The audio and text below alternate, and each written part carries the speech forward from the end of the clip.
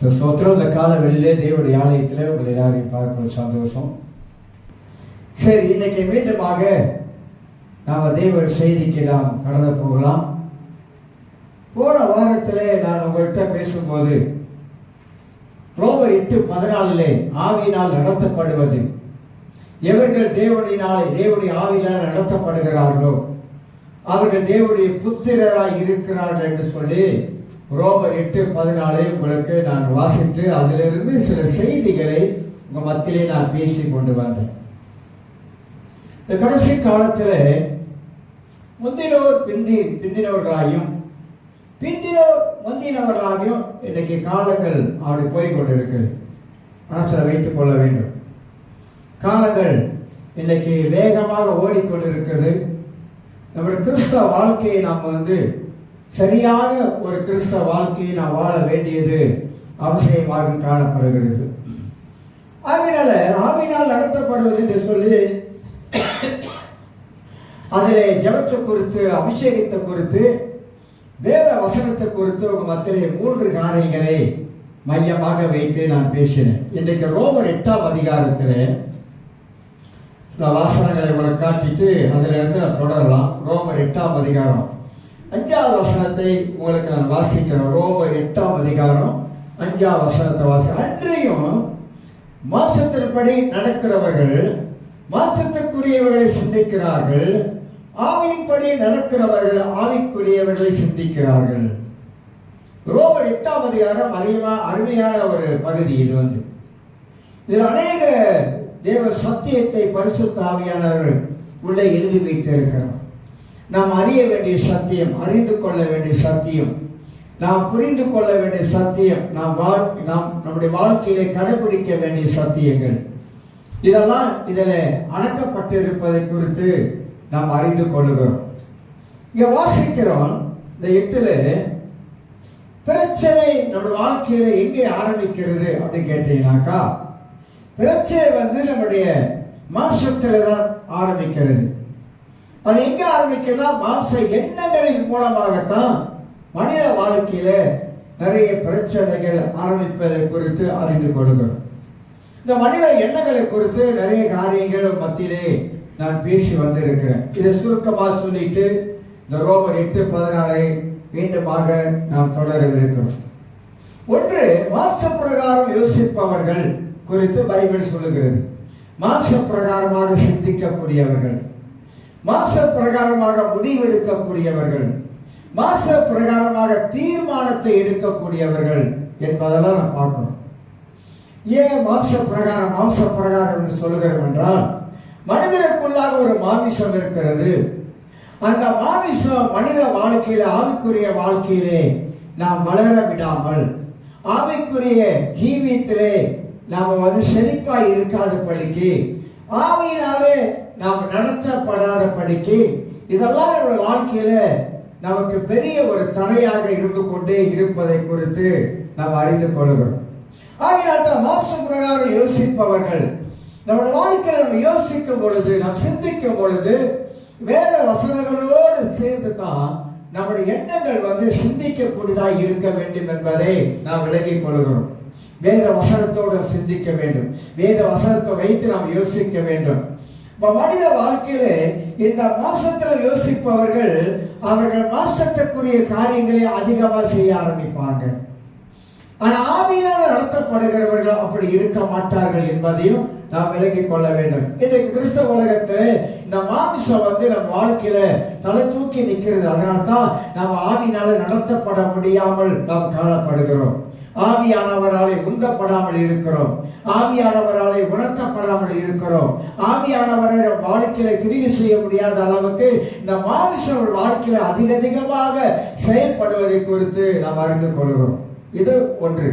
இரண்டாவதாக, ஆவியின் சிந்தை நம்ம வாழ்க்கையில எப்போது இருக்கணும். ஆவியின் சிந்தை, நாம் சொல்றல, நான் ஒரு ஆவிக்குரிய மனிதன். ஆமா, நாம் ஒரு ஆவிக்குரிய மனிதன்.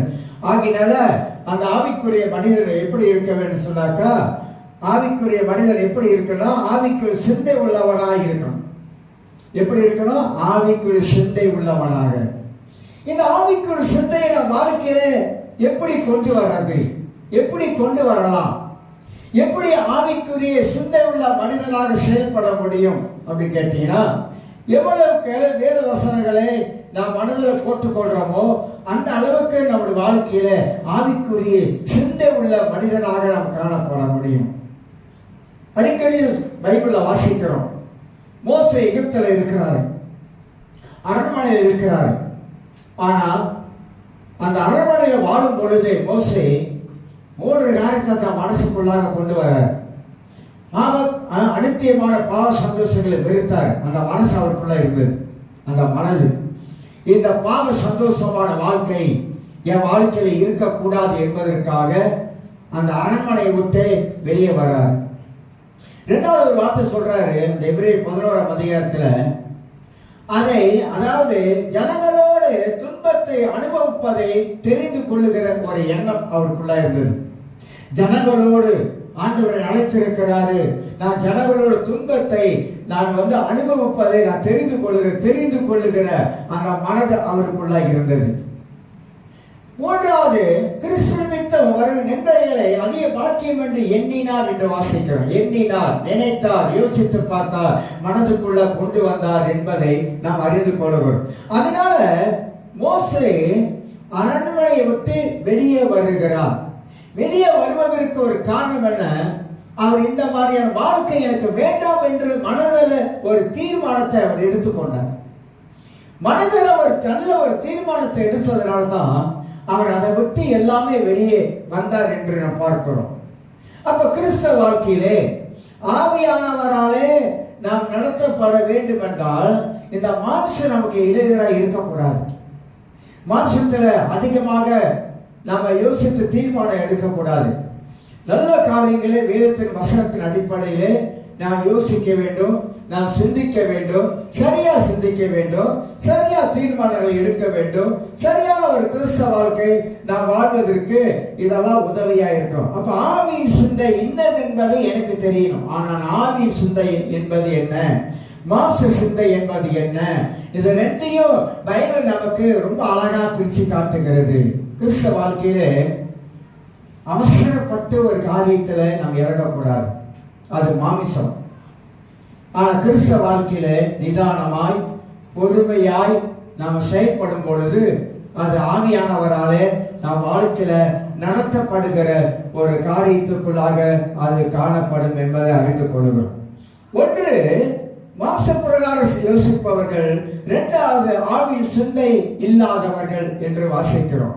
3வது, மாம்சத்தின் கிரிகள் அதிகமாக வெளிப்படக்கூடிய மனிதர்கள். நான் இருக்கிறேன், என்னோட வாழ்க்கையில மாசத்துக்கு அடுத்த காரியங்கள் அதிகமாக என் வாழ்க்கையில் வெளிப்பட கூடும் என்றால் நான் ஆவியானவராலே நடத்தப்படாத மனிதனாக காணப்படுவேன். அதனால தான் அந்த ஆவிக்கும் இந்த மாம்சத்துக்கும் கிறிஸ்தவ வாழ்க்கையில ரொம்ப ரொம்ப ரொம்ப கவனமாக செயல்பட வேண்டியதாக இருக்குது. ஒரு மாம்ச கிறிஸ்தவன் அவன் அதிகமாக கனிகளை கொடுக்க முடியாது. ஆனா ஒரு ஆவிக்குரிய கிறிஸ்தவன் அதிக கனிகளை கொடுக்க முடியும். 2 பிரிச்சு பார்க்கணும். என் வாழ்க்கையில கனி கொடுக்க வேண்டும் என்றால் நான் ஆவியானவராலே நடத்தப்பட வேண்டியது அவசியமாக இருக்கிறது. நான் மாம்சத்துக்குரிய மனிதனாக இருந்தாக்கா என் வாழ்க்கையில அதிகமாக கனி கொடுக்க முடியாத ஒரு நிலைமை என் வாழ்க்கையில ஏற்படும் என்பதை விலகிக் கொள்கிறேன். அவன் மாம்சத்து கிரைகள் அதிகமாக வெளிப்படுகிறதா, என் வாழ்க்கையில மாம்சத்தின் காரியங்களை வெளிப்படுத்தி காட்டுறானா அல்லது ஆவிக்குரிய காரியத்தை வெளிப்படுத்தி காட்டுறானா? நான் சிந்திப்பதெல்லாம் மேன்மையாக இருக்கிறதா, நான் யோசிப்பதெல்லாம் சிறந்ததா காணப்படுகிறதா, நான் என் வாழ்க்கையை நான் எப்படி நான் தேவனுக்குள்ளாக நடத்தி கொண்டு போகிறேன் என்பதெல்லாம் நாம் அறிந்து கொள்ள வேண்டும். 4வதாக, நான் ஒரு ஆவிக்குரிய மனிதன் என்றால் என்னுடைய எண்ணங்கள் அது ஆவிக்குரியதா மாறிக்கொண்டே வர வேண்டும். ஏன்னா அவர் ஆவிக்குரிய மனிதன். சிந்திப்பதும் ஆவிக்குரிய அது தன்மை உள்ளதாக காணப்பட வேண்டும் என்பதை நாம் அறிந்து கொள்ள. ஆகியதான் பரிசுத்த ஆவியானவராலே நாம் நடத்தப்படும் பொழுது அது நமக்கு மகிழ்ச்சியும் சந்தோஷத்தையும் சமாதானத்தையும் நமக்குள்ளாக கொண்டு வரும் என்பதை விளங்கிக் கொள்வோம்.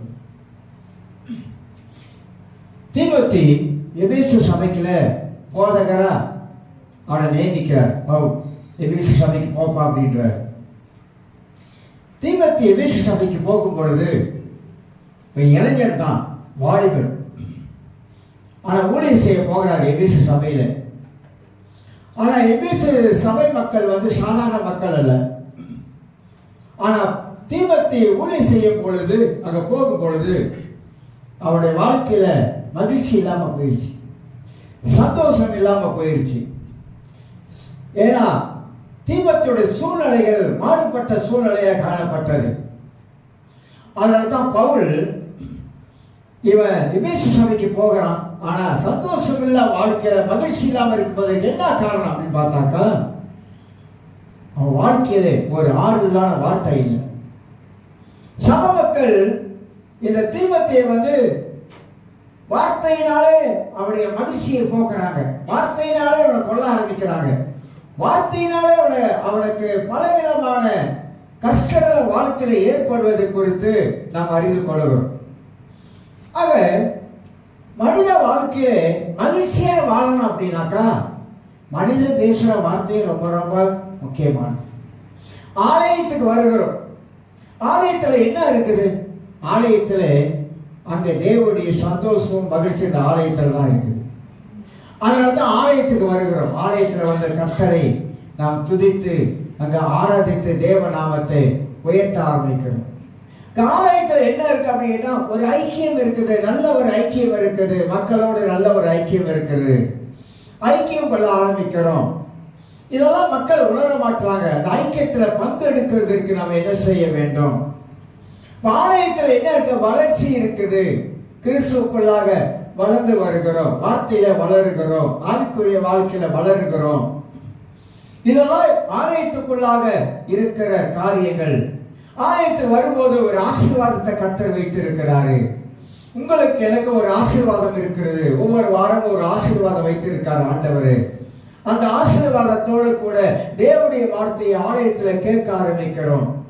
ஆலயத்துல கடவுளுடைய வார்த்தை நாம் கேட்கும் போது ஏதோ ஒரு வார்த்தையின் மூலமா கடவுள் நம்மோடு பேச ஆரம்பிக்கிறாரு, தேவன் நம்மோடு கிரியை செய்ய ஆரம்பிக்கிறாரு, ஆண்டவர் நம்மளை தொட ஆரம்பிக்கிறாரு என்பதெல்லாம் வேதத்துல வாசிக்கிறோம். நீதிமொழிகள் 12ஆம் அதிகாரத்தை திருப்பிக் கொள்வோம். இந்த வார்த்தை மனித வாழ்க்கையில எவ்வளவு எவ்வளவு முக்கியமானது. ஒருவருக்கு ஒருவர் நாம் வார்த்தைகளை சொல்லி பலப்படுத்துவது, ஒருவருக்கு ஒருவர் ஆறுதல் சொல்வது நமக்கு ரொம்ப ரொம்ப ஒரு முக்கியமான காரியம் என்பதை அறிந்து கொள்ள வேண்டும். நீதிமொழிகள் 12ஆம் அதிகாரத்திலே 25வது வசனத்தை நான் உங்களுக்கு வாசித்து காட்டுகிறேன்.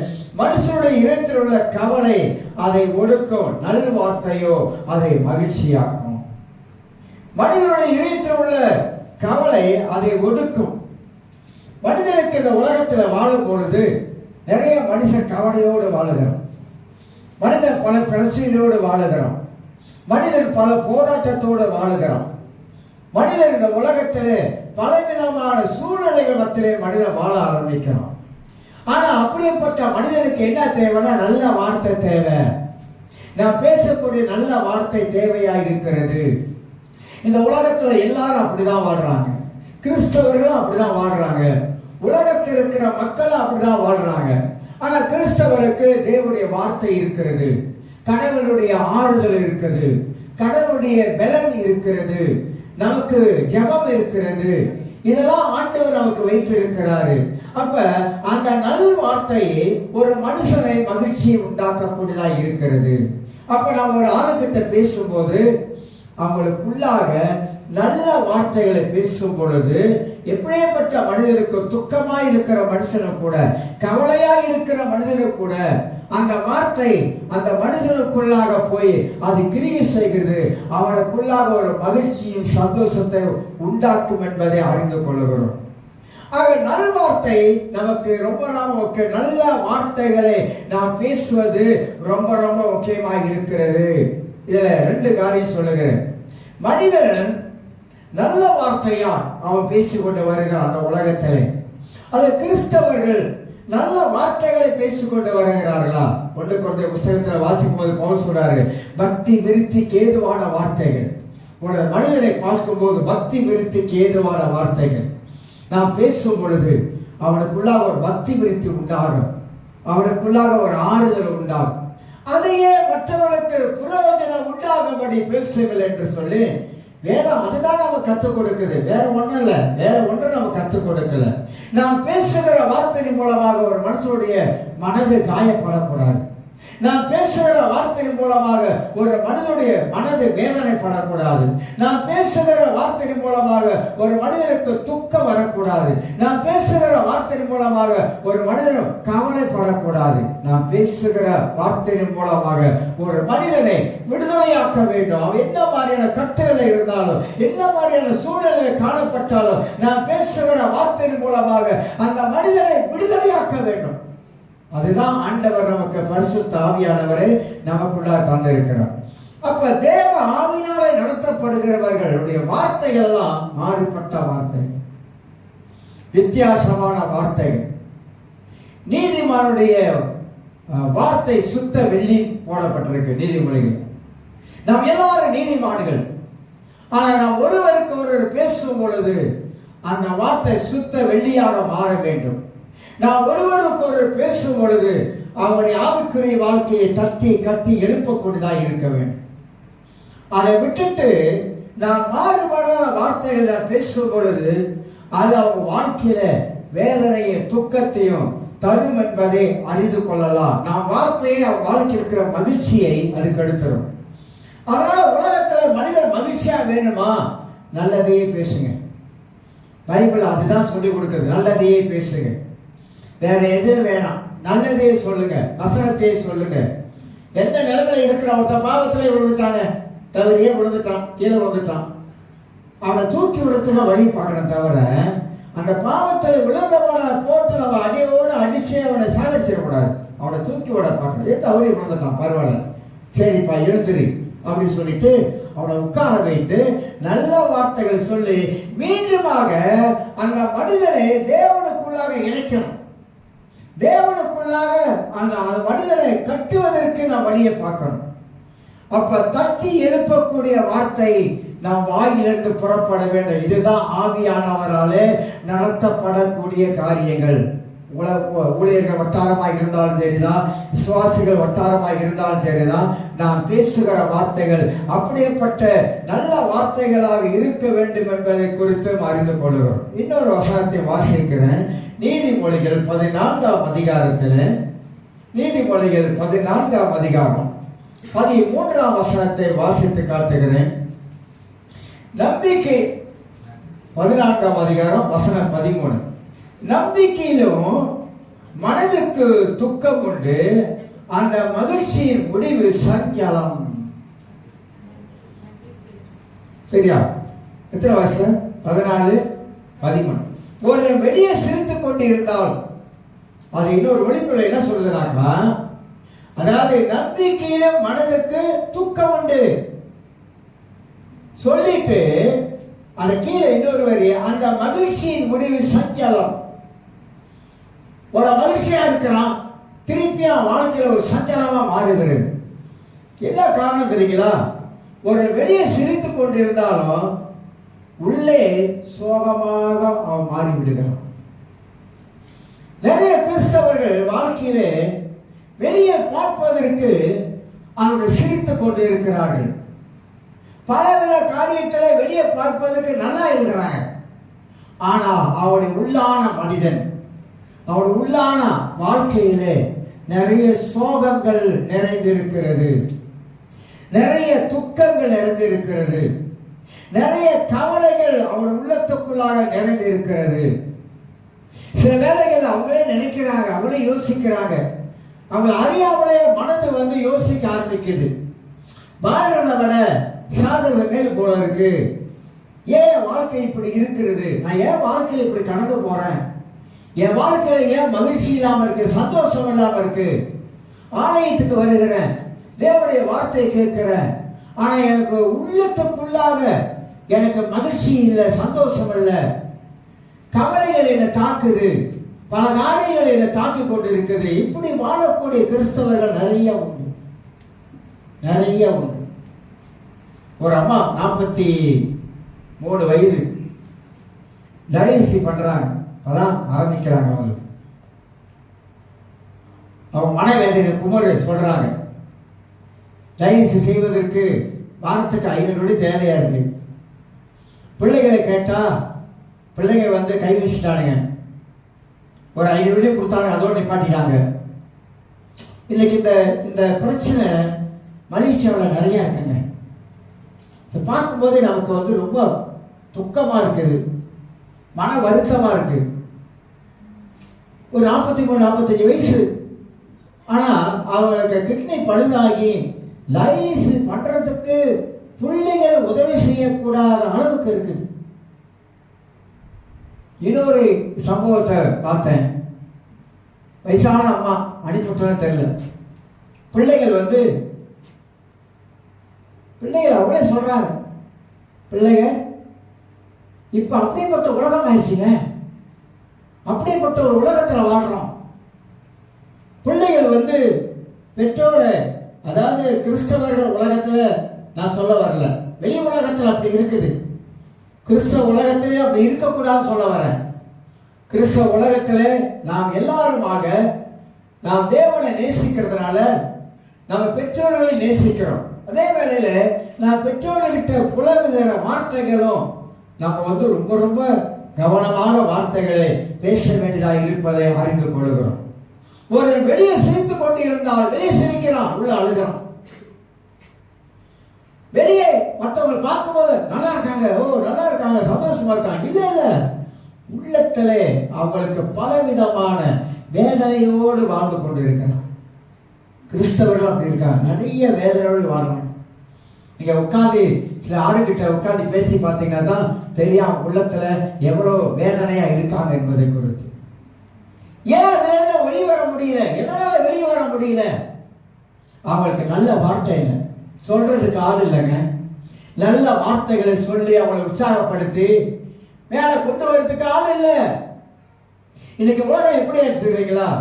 கிறிஸ்தவ உலகம் எப்படி அடிச்சுக்கிறீங்களா? நானே என் வேலை, என் வீடு, அடுத்தவன் எப்படி போனா அதை பத்தி எனக்கு என்ன, அது கவலை இல்லை. நானே என் வேலை, என் வீடு, அவ்வளவுதான் இருந்துப்பேன். மற்ற கஷ்டப்படுறாங்க, துக்கப்படுறாங்களா, பாடுபடுறாங்களா, வேதனைப்படுறாங்களா, அது அவங்களாச்சு அப்படின்ட்டு போயிடும். இல்லை, அந்த மாதிரி இருக்கக்கூடாது. இயேசு சமுதாய சேவையை செஞ்சார். சமுதாயத்தில் இருக்கிற மக்களை நாடி போனார், துயரப்படுகிற மக்களை நாடி போனார், நல்ல வார்த்தைகளை பேசினார். வருத்தப்பட்டு பாரம் சுமக்கிறவர்கள் எல்லாரும் என்கிட்ட வாங்கன்னு சொன்னார். எல்லாரும் வாங்க, உங்களுக்கு நிறைய வருத்தம் இருக்கு, நிறைய பாரம் இருக்கு, நிறைய கவலை இருக்கு, நிறைய பிரச்சனை இருக்கு. பிரச்சனை இல்லாத மனிதன் உலகத்தில் யார் இருக்கா? ஒரே ஒருத்தன் தான் இருக்கான். தெரியுமா யாருன்னு? பிரச்சனையே இல்லாத ஒரு மனுஷன் இருக்காங்க உலகத்துல. அவன் என்னைக்கு கண்ணை மூடுறானோ அவனுக்கு பிரச்சனையே தீர்ந்துச்சு. இந்த உலகத்துல ஒரு மனுஷன் கண்ணை மூடும் போது பிரச்சனை அதோட வாழ்க்கையில முடிஞ்சிருச்சு, கதை முடிஞ்சிருச்சு. ஆனா இந்த உலகத்துல இருக்க வரைக்கும் நமக்கு நிறைய பிரச்சனை இருந்து கொண்டே வரும். ஒண்ணு போனா ஒண்ணு வரும். நான் அடிக்கடி சொல்ல, மூக்குனா சரி இருக்கதான் சரி. வாழ்க்கை என்பது அது ஒரு போராட்டம் தான். ஆனா அந்த போராட்டமான வாழ்க்கை ஜெயிக்க முடியுமா? ஜெயிக்க முடியாதா? ஜெயிக்க முடியும். மனதிலே வலு இருக்கணும், கர்த்தருடைய வார்த்தையின் மேல நம்பிக்கை இருக்கணும், விசுவாசம் இருக்கணும், தேவனை அதிகமாக நாம் யோசிக்கணும், சிந்திக்கணும்.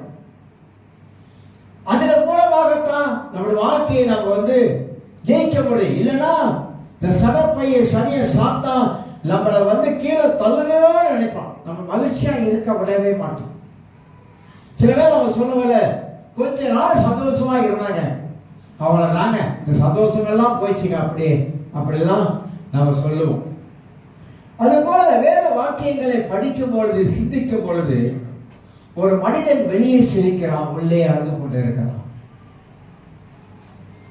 ஆனா தேவனுடைய பிள்ளைகள் கடவுளுடைய சமூகத்தில் போயிட்டு நம்ம கண்ணீரெல்லாம் அங்க சிந்தும் பொழுதுதான் அங்கே இருந்து நமக்கு என்ன வரும்? பதில் வரும். அங்கே இருந்து ஒரு விடுதலை வரும். அங்கே இருந்து கர்த்தர் நமக்கு ஒரு வழியை திறப்பார். இதை நாம் செய்யணும், செஞ்சு கொண்டே வரோம். நிக்கிறோம் அப்படின்னாக்கா அது தேவ சமூகமா தான் இருக்கும். நாம் நிக்கணும் அப்படின்னா தேவ சமூகமா இருக்கும். தேவ சமூகத்தில் நிற்கும் பொழுதுதான் நமக்கு நம்மளை அறியாமல் ஒரு பலம் வருது. நம்மளை அறியாமலே கர்த்தர் இருக்கிறாரு, கர்த்தர் வெட்கப்படுத்த மாட்டாரு, கர்த்தர் நடத்துவாரு. அப்படியெல்லாம் நம்ம மனதுக்குள்ளாக பரிசுத்த ஆவியானவரை கொண்டு வராது. அப்ப ஆவியானவரால் நடத்தப்படுகிற அந்த அனுபவமே மாறுபட்ட காரியம் என்பதை விளங்கிக் கொள்கிறோம். ஆக கிறிஸ்தவர்கள் உண்மையான மகிழ்ச்சியோடு கூட வாழ்றாங்களா? உலகத்துல உண்மையான சந்தோஷமா வாழ்றாங்களா? உண்மையான சமாதானத்தோடு வாழ்றாங்களா அப்படின்னு கேட்டா ரொம்ப ரொம்ப குறைவு, ரொம்ப ரொம்ப குறைவு. ஏன் தெரியுங்களா? இந்த ஸ்பிரிச்சுவல் வார்ஃபேர் ஒன்று இருக்குது, ஆவிக்குரிய யுத்தம். நிறைய கிறிஸ்தவர்கள் ஆவிக்குரிய யுத்தத்தை இல்லாமல் இருக்காங்க. நிறைய கிறிஸ்தவர்கள் ஆவிக்குரிய யுத்தத்தை செய்யாமல் இருக்கிறாங்க. அதனால சாத்தா வந்து நம்மளை மிதிச்சிடறான். அவனை மிதிக்காம இருக்க அப்படின்னாக்கா நம்ம அந்த ஸ்பிரிச்சுவல் வார்ஃபேர் வந்து செஞ்சு ஆகணும், ஆவிக்குரிய யுத்தம் செஞ்சாகணும். அதுக்கு நீங்க என்ன பண்ணணும்? வாரத்தில் ஒரு நாள் உபவாசம் எடுக்கணும். உங்களுக்கு என்ன காரியம் ஏற்படுது, இந்த காரியம் வளர்க்கிறது ரொம்ப டிஸ்டர்பா இருக்குது, இந்த காரியம் அடிக்கடி என்னை தாக்குது அப்படின்னாக்கா ஒரு நாள் உபவாசம் பண்ணி அதை அடிங்க. ஏன்? நம்ம வந்து செய்யாமல் இருக்கிறதுனால நம்மளை அது வந்து நம்மளை ஓவர்கம் பண்ணுது, நம்மளை மேற்கொள்ளுது. ஆனா ஆண்டவர் நிறைய அற்புதமான காரியங்களை வந்து பைபிள் எழுதியிருக்கிறார். நம்ம படிக்கும் பொழுதுதான் நம்ம கண்கள் திறக்குது. வேதத்தை படிக்கும் பொழுது கண்ணு திறக்குது, ஆவிக்குரிய கண்கள் திறக்குது. வசனத்தை மேல நம்முடைய கவனம் செலுத்துது, வசனத்தை கை கொள்ள வைக்குது, வசனத்தை அறிக்கை செய்ய வைக்குது. வசனத்தின் மூலமாக வாழ்க்கையில ஜெயமா வாழணும் அப்படி ஒரு எண்ணம் வருது. நம்மளால முன்னோக்கி போக முடியுமா? முடியும். பைபிள் சொல்லுகிறது யோசுவா முன்னோக்கி போனான். அவனுக்கு வருகிற யுத்தத்தெல்லாம் யோசுவா ஜெயிக்க ஆரம்பித்தான். தோல்வி வந்த பொழுது என்ன செஞ்சான்? தேவகிட்ட போய் ஆலோசனை கேட்கறான். நாங்க ஏன் இந்த ஆயி பட்டணத்தை அடிக்க முடியல அப்படின்னு போய் உட்கார்றான், ஜெபத்துல உட்கார்றான். கர்த்தர் காட்டுறாரு. இப்ப நல்ல பாடங்களை பைபிள் நமக்கு சொல்லி கொடுக்குது. நம்ம பிரச்சனையை பார்த்துட்டு அந்த பிரச்சனையை நீங்க பேசிட்டு உட்கார்ந்து இருந்தீங்கன்னா தீராது, பிரச்சனை தீராது. ஆனா அதை பார்த்து நீங்க பேச ஆரம்பிச்சீங்கன்னாக்கா இந்த மலையை பார்த்து எத்தனை முறை அந்த பைபிள் வசனம் வாசிச்சிருப்போம், எத்தனை முறை பிரசங்கத்தை கேட்டிருப்போம். இந்த மலையை பார்த்து என்ன சொல்லணும்? மலையே அப்படியே நெல்லு, போகாதே போகாதே அப்படியே இரு அப்படின்னு சொன்ன அப்படின்னு சொல்லி இருக்குது. இந்த மலையை பார்த்து நீ சொல்லணும் அப்படின்ற நீ சொல்லணுன்ற வார்த்தை பைபிள் எத்தனை முறை வருது? அந்த மத்திய இருக்கிற புஸ்தகத்துல எத்தனை முறை வருது? நீ சொல்லணும் என்ற வார்த்தை. நீ சொல்லு அப்படின்றார். நீ சொல்லு, உன் வாயை திறந்து சொல்லு என்றார். இந்த மலையை பார்த்து சொல்லு. உன் கண்ணுக்கு அது பெரிய மலை போல இருக்குது. உனக்கு உன் மனசுக்குள்ளாக இது நகருமா, இது நகருமா, இது நிச்சயமா நகர்ந்து போகுமா, இது சமுத்திரத்தை விழுமா அப்படிலாம் நீ நினைக்காத. நீ சொல்லு, சொல்லணும். உங்களுக்கு விசுவாசம் இருக்கா? நீங்க பேசுற தேவனுடைய வார்த்தையில வல்லமா இருக்குன்னு. ஏன்னா நான் விசுவாசம் இருந்தா தான் தேவனுடைய வார்த்தை கையில் எடுப்போம். தேவனுடைய வார்த்தை சொல்லுது. நிச்சயமாக நீ விசுவாசத்தோடு சொல்ல ஆரம்பிச்சீங்கன்னா அது நிச்சயமாக நம்மளை விட்டு போகும். அப்ப மலை போல பிரச்சனை வர்ற நேரத்துல அது பனி போல போகணும் அப்படின்னாக்கா தேவனுடைய வசனத்தை கை கொள்ளணும்.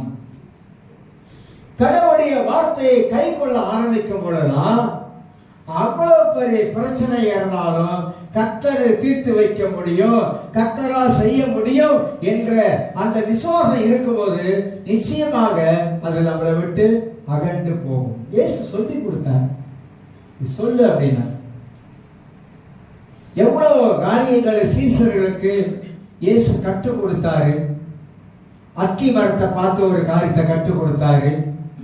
நிறைய விஷயங்கள் கற்றுக் கொடுத்தாரு. ஏன் கற்றுக் கொடுக்கிறாரு? அவர் என்ன செய்யறார்? இயேசு மனித வாழ்க்கை நீ ஜெயமாக வாழ முடியும், உன்னால முன்னுக்கு போக முடியும், நீ என்னுடைய வார்த்தையை கை கொண்டு அதை யோசி. யோசுவா கிட்ட கர்த்தர் காரியம் சொல்லிக் கொடுக்கிறாரு. இந்த நியாயப்பிரமாண புஸ்தகம் யோசுவா 1:8 உன் வாயை விட்டு பிரியாதிருப்பதாக. அதை இரவும் பகலும் நீ என்ன பண்ண, அதை யோசி, அதை தியானம் பண்ணு, அதை சிந்தித்து பாரு. அதில் இருக்கிறதான பொக்கிஷத்தை நீ அறிந்து கொள்ளு. அது உள்ளே இருக்கிற வல்லமையை புரிந்து கொள்ளு. அதில் உள்ளே இருக்கிற அதிகாரத்தை புரிந்து கொள்ளு. ராஜாவின் வாயில என்ன இருக்கும்? அதிகாரம் இருக்கும். நீதிபதி வசனம் சொல்லுது, ராஜாவின் வார்த்தையில என்ன இருக்கு? அதிகாரம் இருக்குது. அதுதான் பைபிள், தேவனுடைய வார்த்தை. அதுல என்ன இருக்குது? அதிகாரம் இருக்குது. அந்த வார்த்தைக்குள்ளாக வல்லமையின் ஜீவனம் இருக்கிறது.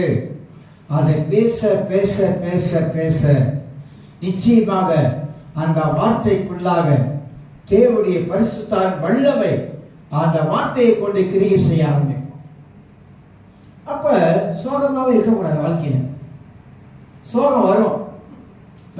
சோகம் வராதுன்னு சொல்ல வரலங்க. சோகம் வரும், கவலை வரும், பிரச்சனை வரும், சோதனைகள் வரும், பல காரியங்கள் எல்லாமே நம்ம மனிதனை நோக்கி தான் எல்லாம் வந்துகிட்டு இருக்கோம். ஆனா இதை எப்படி அடிச்சு மேல வரலாம் என்பதை வசனத்திலிருந்து கற்றுக்கொண்டா நிச்சயமாக நம்ம வாழ்க்கையில அவர்கள் எல்லாவற்றையும் தாண்டி வருவதற்கு பரிசுத்த ஆவியானவர் நமக்கு உன்னத பலத்தை நமக்கு தருவாரு. அதனால்தான் பிசாசு மகிழ்ச்சி எடுத்துறோம், சந்தோஷமா வாழ வரணும். குடும்பத்திலும் சரி, தனிப்பட்ட வாழ்க்கையிலும் சரி, பிசாசு சந்தோஷமா வாழ வரணும். இந்த ரகசியத்தை நாம் விளங்கி கொண்டா உண்மையாகவே நாம் என்ன செய்ய முடியும்? அவைகளை தாண்டி வருவதற்கு உதவியாய் காணப்படும். இன்னொரு வசனத்தை வாசிக்கிறேன். நீதிமொழிகள் 12ஆம் அதிகாரத்தில் 4ஆம் வசனத்தை உங்களுக்கு வாசித்து காட்டுகிறேன். நான் என்ன சொல்ல புரியுதுங்களா? ஆவியானவராலே நடத்தப்படுகிற ஒரு காரியம், தேவ ஆவியானவரால் நீங்கள் நடத்தப்பட்டாக்கா நமக்குள்ளாக அந்த தெய்வீக அந்த மகிழ்ச்சி, சமாதானம், சந்தோஷம் நமக்குள்ளாக நிலைத்து இருக்கும் என்பதை நான் உங்களுக்கு சொல்ல விரும்புகிறேன். நீதிமொழிகள் 12ஆம் அதிகாரத்தில் 4ஆம் வசனத்தை வாசிக்கிறேன். குணசாலியான ஸ்திரீ தன் புருஷனுக்கு கிரீடமாய் இருக்கிறாள், இலச்சையை உண்டு பண்ணுகிறவளோ அவனுக்கு எழுப்புரிக்கையாய் இருக்கிறாள் என்று வாசிக்கிறேன். நல்ல மனைவியை அடைந்த ஒரு கணவன் எப்படி இருப்பாங்க? வீட்டில் மகிழ்ச்சியாய் வாழ்வாங்க. நான் ரொம்ப பேசல, அதெல்லாம் ரொம்ப பேசல. நல்ல மகிழ்ச்சியை, அதாவது நல்ல ஒரு குணசாலியான ஸ்திரியை, ஒரு மனைவியை திருமணம் பண்ணி கொண்டவன் அவன் குடும்பத்தில் எப்படி இருக்க முடியும்? மகிழ்ச்சியாக இருக்க முடியும். அதே போல ஒரு மனைவி அப்படி கல்யாணம் பண்ணி வாழும் பொழுது சந்தோஷம் இருக்கும்.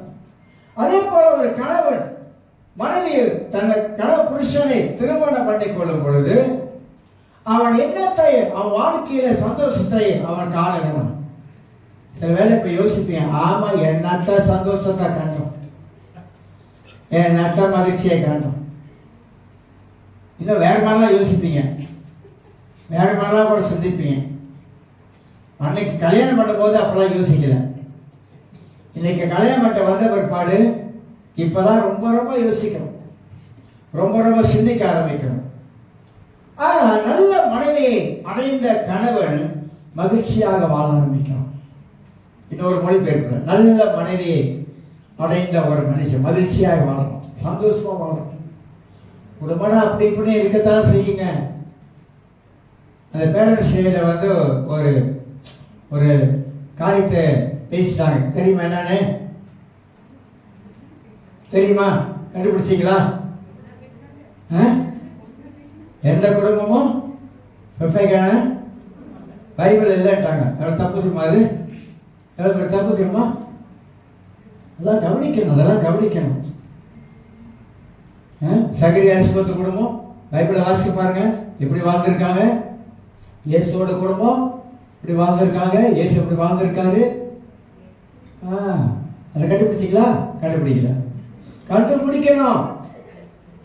அப்ப நமக்கு மனசுல என்ன வரும்? ஆமா, பைபிளே அப்படி யாரும் இல்லை. அந்த கேட்டவுடனே அதனால நம்மளும் அப்படித்தானே, பைபிளே இல்லாம இருக்கும்போது நம்ம மட்டும் எப்படி இருக்க முடியும்? அப்படி வந்துடும் இல்லை. அதனால தான் பகுத்து போதிக்கும், பகுத்து போதிக்கும். எலிசபெத் சகரியா குடும்பத்தில் எல்லாம் குறை கண்டுபிடிங்க, காட்டிக்க மாட்டோம். பைபிள் அவளை பத்தி என்ன சொல்லுது? அற்புதமான காரியம் சொல்லுது. அவன் கணவன் மனைவி அப்படி வாழ்ந்துருக்காங்க. நிறைய ஒரு ஆசாரியத்துவத்தில் இருந்திருக்கிறார். இயேசுவோட குடும்பத்தை கொஞ்சம் கவனிச்சு பாருங்க. அந்த குடும்பத்தில் என்ன குறை இருக்குது சொல்லுங்க? இயேசு வாழ்ந்த குடும்பத்தில் என்ன குறை இருக்குது? இல்லை. இயேசு அதெல்லாம் நேர்த்தியா கரெக்டா வச்சிருந்திருக்கிறார். அதனால ஒரு குடும்பத்துல கணவனா இருந்தாலும் மனைவியா இருந்தாலும் மகிழ்ச்சியா வாழணும். மகிழ்ச்சியில தான் இருக்குது ஆரோக்கியம். மகிழ்ச்சியா வாழ்றது தான் சந்தோஷம் இருக்குது. அதை விட்டுட்டு எப்ப பார்த்தாலும் அழியும் முடியும் சண்டையும் சச்சரவா இருந்தா வாழ்க்கை சலிச்சு, கொஞ்ச நாளே வாழ்க்கை சலிச்சிடும். என்னடா வாழ்க்கை, ஏன்டா கல்யாணம் பண்ண, கல்யாணம் பண்ணாமலே இருந்திருக்கலாம். எல்லாருமே இயற்கையா வர்றதாங்க, இயற்கையா வர்றதான். கல்யாணம் பண்ணாமே இருந்தா நிம்மதியா இருந்திருப்பேன், நிம்மதியா வாடா பொடியா போவேன், யார் என்ன கேட்பா, யாரும் என்ன கேட்க மாட்டாங்க. எல்லாம் யோசிக்கிறவங்க இருக்காங்க, நான் இல்லைன்னு சொல்ல வரல. வாழ்க்கை இருக்குது சாதாரணமானதல்ல, வாழ்க்கை போராட்டமானது. வாழ்க்கையில விட்டு கொடுக்க தெரியும், வாழ்க்கையில அனுசரிச்சு போக தெரியும், வாழ்க்கையில நல்லா பேச தெரியும். இதெல்லாம் வாழ்க்கையில பல காரியம் கற்றுக் கொடுக்குது. உலகம் நமக்கு பல காரியம் கற்றுக் கொடுக்குது. வேதம் நமக்கு அதை விட மேலான காரியங்களை கற்றுக் கொடுக்குது. விட்டு கொடுக்கிறவங்க என்னைக்குமே நல்லா இருப்பாங்க. இந்த விட்டு கொடுக்காம நம்ம நிக்கிறோம் தெரியுங்களா? வாழ்க்கையில நான் பிடிச்ச முயலுக்கு 3 கால் தான் அப்படின்னு புடிவாதமா இருக்க தெரியுங்களா? அதெல்லாம் வேண்டவே வேண்டாங்க, வேண்டவே வேண்டாம். நான் கடவுளை அறியாத காலத்தில் ரொம்ப பிடிவாதாங்க, ரொம்ப பிடிவாதம். ஆனா கடவுளை அறிந்து அந்த பிடிவாதத்தெல்லாம் தூக்கி எறிங்க. உங்களுக்கு தெரியாது, நான் கடவுளை அறியாத காலத்தில் என்னை பத்தி உங்களுக்கு தெரியாது.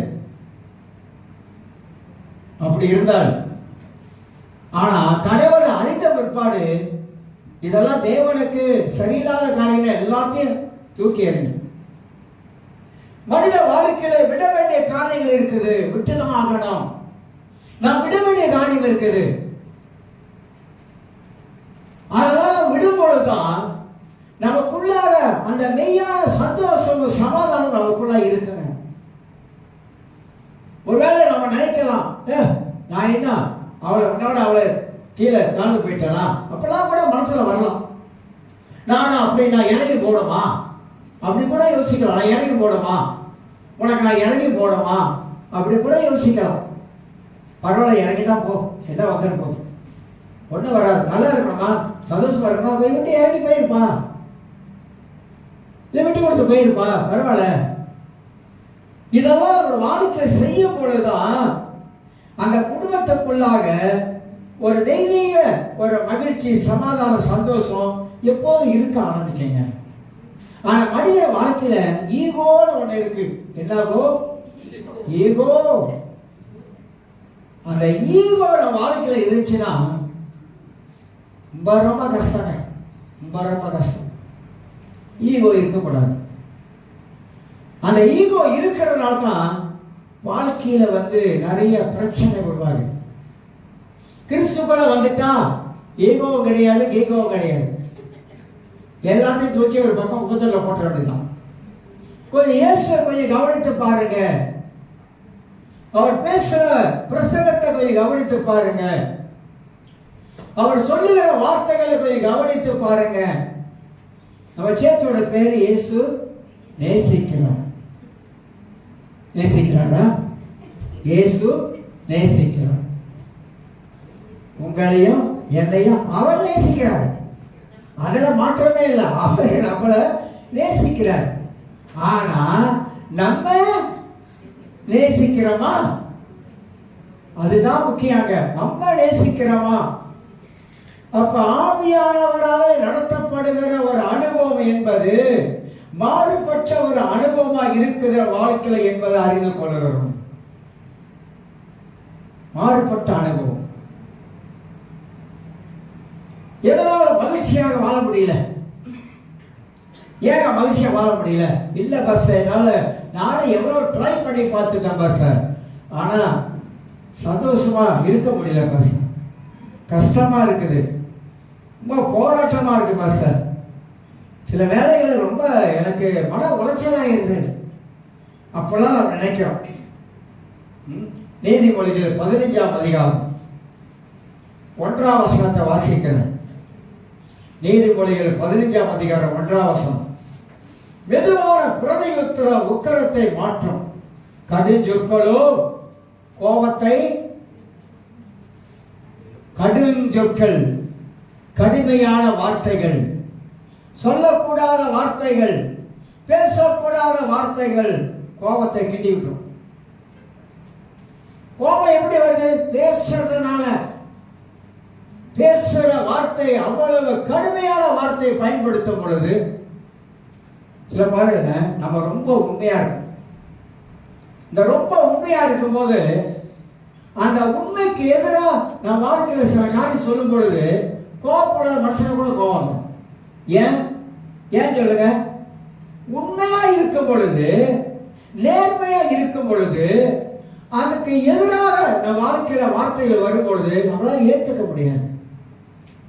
என்ன நினைப்பாங்க? எல்லாருக்குள்ள உண்மையா இருக்கும், ஆண்டவருக்கு உண்மையா இருக்கும், எல்லா ரீதியிலும் உண்மையா இருக்கும், அந்த வார்த்தை ஏற்றுக்கொள்ள முடியாது. ஆனா வசனம் சொல்றது கடுஞ்சொற்களோ கோபத்தை எழுப்பும். கோபத்துக்கு என்ன காரணம்? கடுமையான வார்த்தை. அந்த கடுமையான வார்த்தை நம் வாழ்க்கையில கோபத்தை உண்டாக்கும் போது மகிழ்ச்சி போயிருது, சந்தோஷம் போயிருது, நிம்மதி போயிருது, சமாதானம் போயிருது. அப்ப கோபத்தை என்ன செய்யலாம்? கோபத்தை கட்டி தலைவலி வச்சுக்கிறோமா? இந்த பிரஷர் இருக்கிறவங்க கண்டுபிடிச்சேன், நானே கண்டுபிடிச்சேன். பிரஷர் இருக்கிறவங்களுக்கு ரொம்ப கோபம் வருது. பிரஷர் இருக்கிறவங்களுக்கு உண்மையாங்க, உண்மையா ரத்த அழுத்தம் இருக்குல்ல, ரத்த கொதிப்பு, அந்த மாதிரி உள்ளவங்களுக்கு இது என்ன பண்ணுதுனாக்கா, அந்த கோபம் வந்து அளவுக்கு மீறி வந்து வாழ்க்கை வர ஆரம்பிச்சிருது. அப்பனா ரத்த அழுத்தம் இல்லாதவங்களுக்கு, பிரஷர் இல்லாத கோபம் வருது. அது வந்து வந்து வந்து பிரஷர் உண்டாக்கிறது.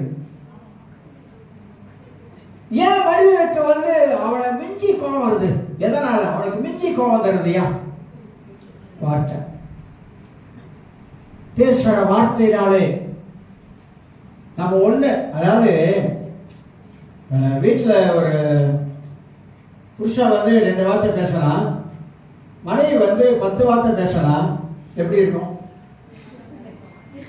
இன்னைக்கு ரொம்ப பேரு ஒரு காரியத்தை உட்கார்ந்து என்ன சொல்ல வராங்க அப்படின்னு கேட்கறதில்ல, கேட்க மாட்டாங்க.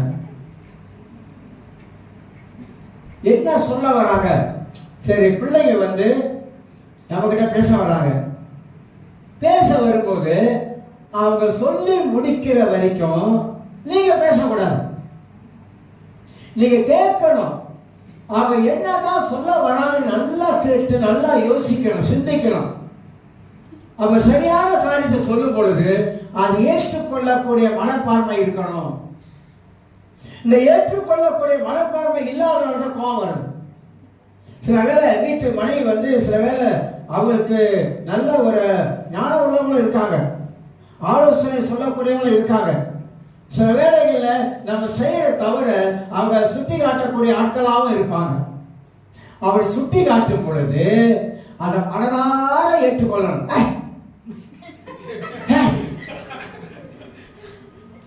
இல்லையா? சுட்டி காட்டும் போது என்ன செய்யணும்? மனதார ஏற்றுக்கொள்ளணும். ஏன் ஏற்றுக்கொள்ள மாட்டோம்? அதனால என்ன வருது? அவர் கேட்கிற ஆள் வந்து கோபப்படுறாரு. ஏன் கோபப்படுறாரு? நீ என்ன சொல்றது? இருக்கக்கூடாது, கேட்கணும். ஆமா, இந்த இடத்துல இந்த மிஸ்டேக் பண்ணிட்டு தான் அதை ஒத்துக்கணும். நீங்க நிறைய பேர் ஒத்துக்க மாட்டாங்க. அதனால இந்த கோபம் பாருங்க பெரிய ஒரு ஒரு விளக்காவே பண்ணி விட்டுறதுங்க. கோபத்தினால கொலை பண்ண வரணும். ஜெயில் கைதியில் போய் கேட்டேன், ஏப்பா அவனை கொலை பண்ண? என்ன உசி போட்டுட்டானுங்க. என்ன விட்டானுங்க? உசி போட்டுட்டானுங்க அப்படின்னு எவனோ ஒருத்த உசி போட்டா இவனை கோபம் வந்துருச்சு. நான் சொல்றேன், கோபம் என்பது மகா பொல்லாதது. அப்ப மகிழ்ச்சி எப்படிங்க நம்ம வாழ்க்கையில விட்டு போகுது? எதனால போகிறது? அப்ப கடுஞ்சொற்கள் கோபத்தை கிண்டி விடுது. நீ கோபப்பட, நான் கோபப்பட, நீ பேச, நான் பேச, என்ன ஆகுது? இந்த திருநாய் 2 பேர் நாய் பார்த்துக்கலாம், அங்கே ஒரு குலைக்கு இங்கே ஒரு குலைக்கு. நான் சும்மா ஒரு உதாரணத்துக்கு சொல்கிறேன், நீங்கள் அது வேற மாதிரி யோசிக்காது. 2 குலைக்கு, அது குலைக்க, இது குலைக்க, ஐ 2 ஒரு பயங்கரமாக குலைக்கும். ஆனால் பைபிள் ரொம்ப அழகாக கற்றுக் கொடுக்குற. எபிசி 4ஆம் அதிகாரத்தில் 31 வேண்டாம், அதனால நமக்கு ஒரு நன்மை இல்லை. அப்ப ஆவியினால நடத்தப்படுகிற ஒரு மனிதன் இப்படி நடந்துக்க மாட்டாங்க.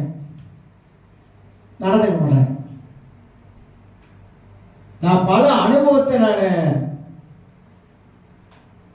கற்றுக்கொண்டாள், அமைதியா போனாள்,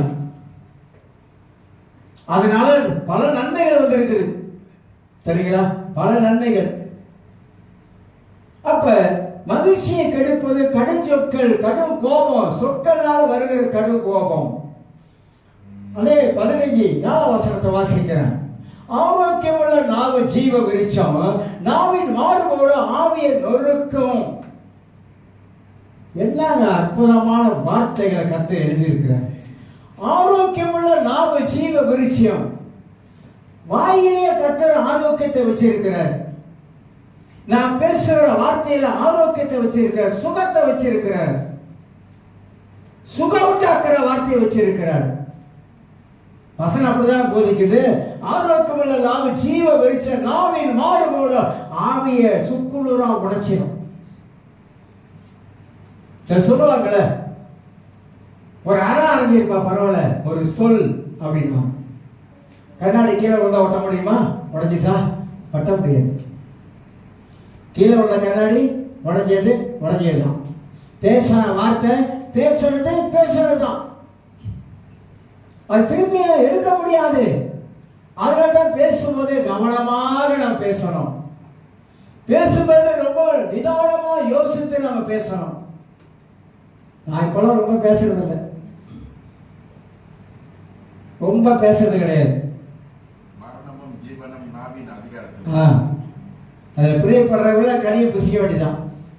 எல்லா நாட்களும் தான் இருக்கு, எல்லா நாவலும் தான் இருக்குது. அப்ப வசனம் என்ன சொல்லுகிறது?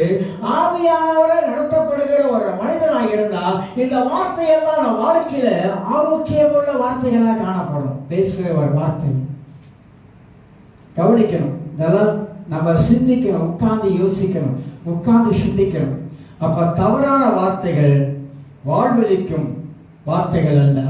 தவறான வார்த்தைகள் நமக்கு மரணத்தை கொண்டு வரக்கூடிய வார்த்தைகளை கூட அடங்கி இருக்குது என்பதை விளங்கிக் கொள்கிறோம். ஆக எனக்கு அருமையானவர்களே, தேவ ஆவியானவராலே நடத்தப்படுகிற ஒரு அனுபவம் மாறுபட்ட அனுபவம் என்பதை அறிந்து கொள்கிறோம்.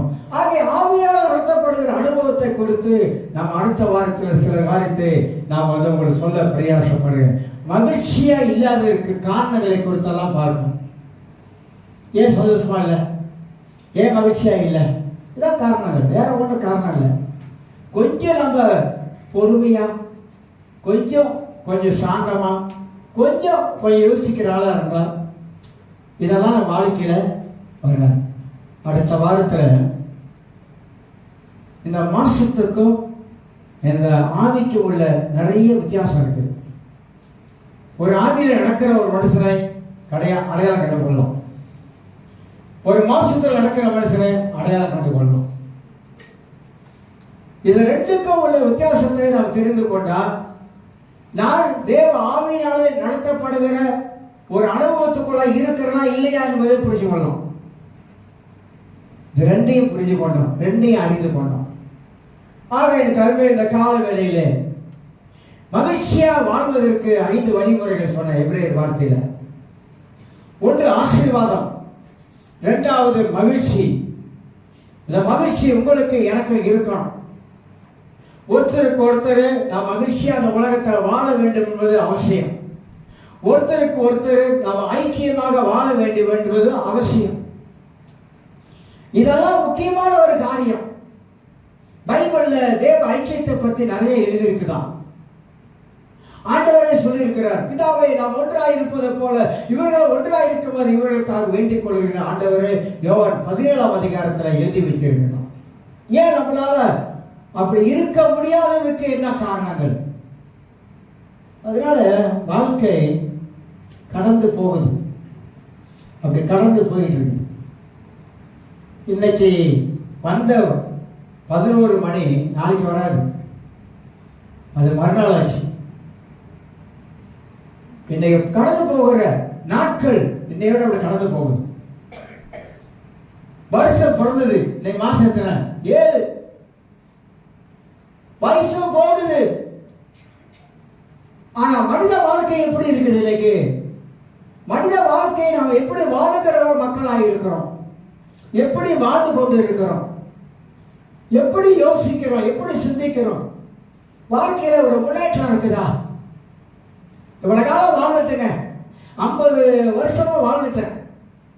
அதுல ஒரு 18 வருஷத்தை கீழே தள்ளிருங்க. படிக்கிற வயசு படிச்சுட்டேன், ஒரு 20 வருஷம் அப்படி தள்ளிருங்க. அதுக்கடுத்து மீதி உள்ள 30 வருஷத்தை நான் எப்படி கழிச்சேன்? 30 வருஷம் நான் எப்படி வாழ்ந்துருக்கேன்? 30 வருஷத்துல என்ன ஆவிக்குரிய வாழ்க்கை ஜீவன் எப்படி இருந்தது? நான் வாழ வேண்டிய இந்த வயசுல வாழாம எந்த வயசுல வாழ போறேன்? என்னுடைய எதிர்காலத்தை நான் எப்படி நிறைவேற்றி வச்சிருக்கிறேன்? எதிர்காலம் இப்படிதான் இருக்கணும், இப்படிதான் நான் வாழணும், இப்படிதான் எதிர்காலம் இருக்கணும். என்னை பார்க்கிறவங்க நிமிர்ந்து பார்க்கணும். ஓ நீயா, ஓ இப்படி ஆயிட்ட, ஆச்சரியமா இருக்கு அப்படி சொல்லணும். என்னை பார்க்கிறவங்க நீயா இப்படி ஆயிட்டியா அப்படி சொல்லக்கூடாது. நிமிர்ந்து பார்த்து சொல்ல, நம்மள இப்படி ஆயிட்டியா, அப்படி உயர்ந்துட்டியா. ஏன்? நம்ம எல்லாம் கடவுளுடைய பிள்ளைகள், தேவனுடைய பிள்ளைகள், தேவனுக்கு சொந்தமானவர்கள். தேவன் நம்மளை எல்லா ரீதியிலும் ஆசீர்வதித்து வச்சிருக்கிறாரு. ஆவிக்குரிய ஆசீர்வாதம், பொருளாதார ஆசீர்வாதம், ஆண்டவர் நமக்கு நல்ல ஞானத்தை கொடுத்திருக்காருங்க. பயன்படுத்துறதில்ல, நல்ல ஞானத்தை கொடுத்திருக்கிறார். பைபிளை படிக்கும் போது நல்ல அறிவு நமக்கு வருது. வேதத்தில மூலமாக தேவனை அறிகிற அறிவு மட்டும் இல்லைங்க, உலக அறிவு நமக்கு வருதுங்க, ஞானம் வருதுங்க. வாழ்க்கை என்ன அப்படின்னு யோசித்து பார்க்க, வாழ்க்கைனா இப்படிதான் வாழணும், வாழ்க்கை இப்படிதான் வாழணும் அப்படி என்பதை பைபிள் தான் சொல்லிக் கொடுக்குது. என்ன சொல்லிக் கொடுக்கல? எல்லாமே பைபிள் சொல்லிக் கொடுக்குது.